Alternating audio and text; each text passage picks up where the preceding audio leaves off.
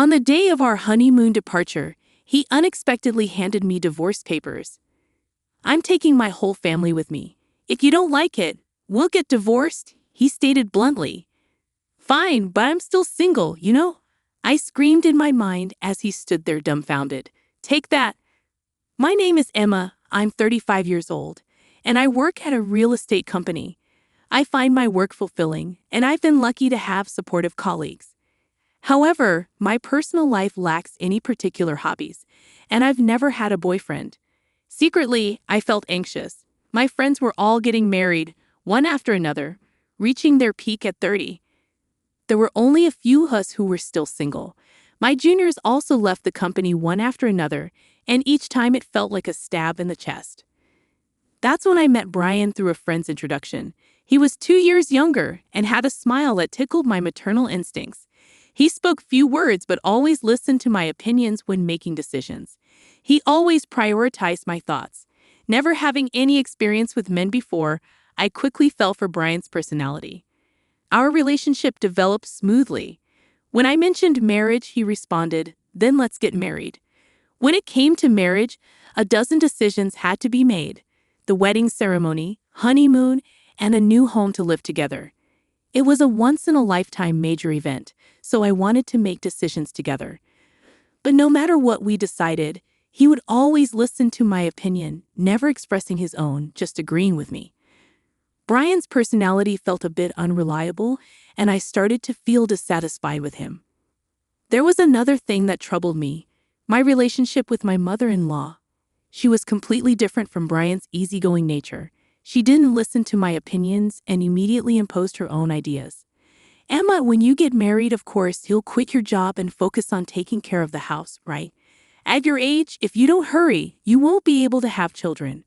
Brian is working hard, so as a woman, you should focus on the family. It's the wife's duty to support her husband," she insisted when I went to greet her. She still held on to such old-fashioned ideas. The truth is, I earned more money than Brian. He didn't seem to think much about it and even told his parents. But his mother didn't seem to like it. "A woman who earns more than a man doesn't have any charm. Maybe you can't do any household chores, can you? A wife should be able to cook, do laundry, clean, and take care of her husband's health. Can you do that?" my mother-in-law said, looking down on me. If it were Brian saying that, it would be one thing, but coming from my mother-in-law, it felt different. It's not something to brag about, but I can manage all household chores since. I've been living alone for quite some time, and I have no intention of giving up my job after marriage. I want to prioritize myself as much as Brian. That's what I thought. But when my mother-in-law criticized me, instead of standing up for me, Brian nodded along with her statements. Because of that, I began to feel uneasy about him. Can I really rely on someone like this for the rest of my life? Well, Brian is younger than me after all. Maybe he'll become more reliable in the future. If this marriage falls through, I might never get married in my life. Anxiety and desires clash in my mind, swirling around in an endless conflict. However, time doesn't wait, even if I'm troubled. There are so many things I need to decide for the wedding: the destination for the honeymoon, applying for time off from work, and so on. The to-do list keeps piling up. With a sense of unease, I spend busy days preparing for both work and marriage. One day, I consulted Brian. "I think, considering our work, we can only take a long vacation at this time. So is it okay to have the honeymoon during this period?" "Yeah, I think it's fine," Brian replied. Both Brian and I have similar quiet periods at work. If we want to take a long vacation, this is the only timing we have. The problem is the wedding venue. The place I've always dreamed of is so popular that it's booked for over a year in advance. In that case, what about going on the honeymoon before the wedding? I suggested. I looked it up, and it seems some people do that. If we have the wedding first, it will be another 2 years before we can go on the trip. "If you're okay with that, Emma, then I'm fine with it too," Brian said. I thought Brian wouldn't object, but his easy agreement surprised me. At this rate, it seems like all my opinions will be accepted. For the honeymoon destination, the menu for the wedding, and the decoration of the venue, I do have a desire for Brian to express his own opinions a little, but it's better than being opposed. So whenever I found a moment, I continued to make progress with the preparations for both the honeymoon and the wedding. In the end, we settled on Europe as our honeymoon destination. I debated until the last minute between Hawaii and Europe. Hawaii is nearby, and I figured there would be another opportunity to go there, so I opted for a tour around Italy and France, relishing the picturesque streets and delectable cuisine. I also looked forward to exploring stylish accessories and perhaps purchasing some commemorative tableware, marking the start of our new life together. After considering various schedules and destinations, I completed the application about a month before the tour. By then, I was completely excited. After all, it was my first overseas trip. It was impossible not to feel thrilled. My mind brimmed with everything related to Europe, from buying the necessary items for the trip to planning our activities at the destination. Because of that, any dissatisfaction I had with Brian had completely disappeared. As the honeymoon approached, with just 1 week remaining, Brian suddenly initiated a conversation. "Emma, I have a favor to ask," he said. It was unusual for Brian to ask for something, so I wondered what it could be. Could it be about the trip? Did he find a place he wanted to visit? Filled with anticipation, I asked, "What is it? What's wrong?" He innocently made the request, "I want to go to see Taylor when we're in Paris. Mom really wants to go there." My mother-in-law? Wait a minute. What did he mean? I couldn't keep up with this sudden situation, but Brian replied as if it were obvious. Since everyone is going, we'll all be together even during the trip, right?" "What do you mean by everyone?" "It's a honeymoon, so it's obvious that it's just you and me going," I countered. "But my mom thinks it's normal for the whole family to go," Brian explained. First of all, I began, my mind racing with conflicting thoughts. I realized the gravity of the situation. "I only made reservations for 2 people, you and me, Brian," I clarified. "The tour deadline was 7 days ago, so today is the last day to register. Regardless of whether we go together or not, I only booked for 2 people, so there's no way we can go." "If you ask the travel agency, they can figure something out," Brian suggested. As I stood dumbfounded by his statement, the intercom in the house rang. On the screen, I saw the figure of my in-laws. Without caring about my surprise, they entered the house, carrying a large number of bags. Ignoring my objections, my mother-in-law's eyes sparkled as she announced, "I thought I'd leave the luggage here since we are leaving soon. I'm so excited." Then Brian said, "Just leave the luggage here," and started leading my in-laws into the room without my consent. "Wait a minute," I tried to stop him in a hurry, but my mother-in-law stared at me sharply. "Oh, what is it, Emma? I hope you're not suddenly saying I don't want to go together now." I didn't agree to go together in the first place, I immediately retorted. But my mother-in-law paid no attention, saying, "You heard it? Just no, didn't you? But Brian always thought we would go together with you, right?" In response to my mother-in-law's flattering question, Brian replied with a simple, "Yeah." Taking advantage of his affirmation, my mother-in-law began to deny me. "It's normal for the husband's parents to go on the honeymoon. Don't you have such common sense? I hope you won't have any unpleasant experiences during the trip being with you since it's a special honeymoon. We want to make good memories, right? I'll make sure to drill some common sense into you during this week before we go on the trip," she continued. It's supposed to be a special honeymoon, drilling common sense into me, I thought. It felt like everything was being ruined. I clearly felt my blood boiling. "Mother-in-law, this is a honeymoon, you know.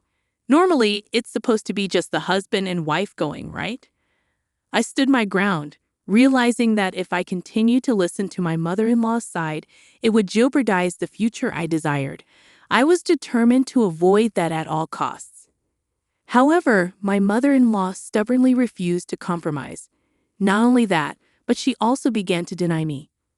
"The husband's parents are supposed to go on the honeymoon together. It's just common sense. I can't believe you dislike being with us. I thought we would become a family, but our common sense is different. You don't like me, and nothing seems to match. How sad," she said, lowering her eyebrows in an artificial manner. The end of her words, "How sad," contained an underlying smirk. I was convinced that she was deliberately trying to trap me. That's how certain I was. Even Brian, without questioning, began to blame me based on my mother-in-law's words. "Emma, what the hell? They're my parents. It's okay to go on a honeymoon together, isn't it? It's impossible. We've already made reservations for 2 people. Besides, I've never heard of families accompanying a honeymoon trip," I declared. Brian shouted angrily, as if picking a fight. "I never thought you hated my parents so much, Emma. That's it. Just leave for today." He looked at me as if he couldn't believe what he was seeing. As Brian spoke, a wicked smile formed on my mother-in-law's face. Why does he always take his mother's side without listening to his spouse's opinion? Especially at a time like this, I wanted him to support my views. Before I could even react to his words, I found myself pushed out to the entrance. Just before the door closed, I caught a glimpse of my mother-in-law's smug expression. I was left outside, unable to do anything but stand there. Why am I being treated like the bad guy? Why does everything have to be ruined, including this precious trip? Frustration and sadness overwhelmed me, and tears began to flow. A few hours later, I received a message from Brian. "I want you to see if it's still possible for them to join the tour. If not, we'll cancel this trip and apply for a tour where all 4 of us can go. Please think rationally. If you reconsider, we can figure it out properly." I didn't think I was in the wrong, so I had no reason to apologize or respond.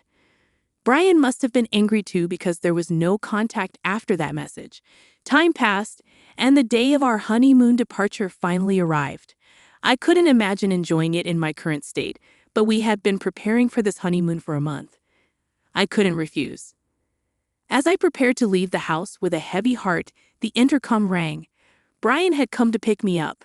We hadn't seen each other since that incident, so I didn't know what kind of face to put on. The fact that he came to pick me up meant that he still intended to go on the trip. But he didn't have a single suitcase with him. Instead, he handed me divorce papers. "After hurting my parents, you still intended to go on this trip, didn't you? I'm taking my entire family on this honeymoon. If you don't like it, let's get a divorce. My mom said it would be better that way," he said, thrusting the divorce papers in front of me. In that moment, I finally realized what kind of person he was. I thought he would listen to my opinions and prioritize me, that he was kind. But that wasn't the case. This man was just someone without his own opinions, and he prioritized his family over me. That's Brian. As I came to that realization, I felt my feelings for him cooling down. Even if I were to marry him, I couldn't see myself overcoming the many challenges that awaited us in the future and becoming a family with that mother-in-law. It was an impossible scenario. Determined, I pointed at the divorce papers in front of me and said, "Sure, but I'm still single, huh?" Brian exclaimed, clearly surprised by my words. "Single? What do you mean? Weren't you listening? We talked about going on the honeymoon but delaying the registration until the day of the ceremony. I made sure to get your permission, Brian. You didn't forget, did you? The marriage certificate is still in the drawer, and you even said, 'If you are fine with it, Emma, then I'm fine too.' That's right. Divorce or not, we're not even married yet. There's no problem with going on the honeymoon with my maiden name. Perhaps you remembered my words," I said as Brian's expression suddenly changed. But immediately, he turned red and raised his voice in frustration. "Are you out of your mind to give up on marriage just because of a honeymoon? Get a grip," Brian exclaimed, matching my intensity with his own strong voice. "This is the result of me being rational. I've been so desperate to get married that I couldn't see reality clearly. I don't think I can be happy marrying someone who doesn't listen to the opinions of their future spouse and doesn't support them. I'd rather stay single for life. Thanks for making me think that way. Haste makes waste." I keenly felt that this saying was true. "Hey, Emma, let's calm down and start over from scratch, okay?" he pleaded. He looked like he was about to cry, his voice trembling. But I wouldn't be fooled anymore. I would break free from this guy.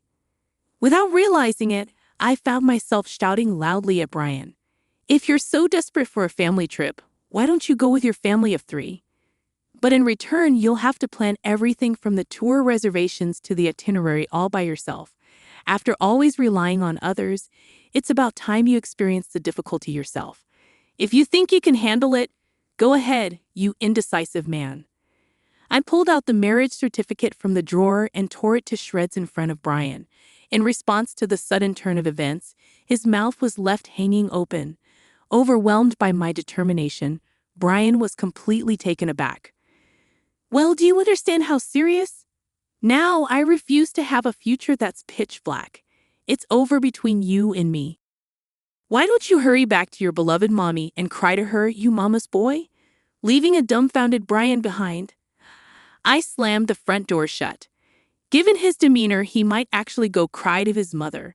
I could easily imagine him doing that. Afterward, I contacted the tour company to cancel our reservations. Since it was a same-day cancellation, we were charged 100% of the cancellation fee. I billed Brian for the entire fee since he was the one who ruined our honeymoon. It was the natural outcome. Later, Brian blamed me for the failed marriage and spread rumors about it to those around us. However, it seemed that no one sympathized with him among our relatives and coworkers. Instead, he started to be seen as an unconventional mama's boy due to his past actions and was disliked by many. When I told my parents about the divorce, they were initially surprised but quickly accepted it. Marriage isn't the only source of happiness. As long as you're happy, Emma, that's what matters, my mother said, and I couldn't be more grateful for her words. As a side note, since then my hobby has become traveling. I felt it would be a waste to let long vacations go to waste, so I embarked on my first solo trip. Going overseas was a bit difficult, but I enjoyed a relaxing time in historic cities I had always wanted to visit. Wow, being alone is actually quite enjoyable, I thought. Thanks to the historical adventure trip, I've started to fully enjoy solo traveling. Whenever I have time off on my next break, I'm planning to embark on my next overseas trip. I've begun a life where I won't let myself be controlled by marriage alone.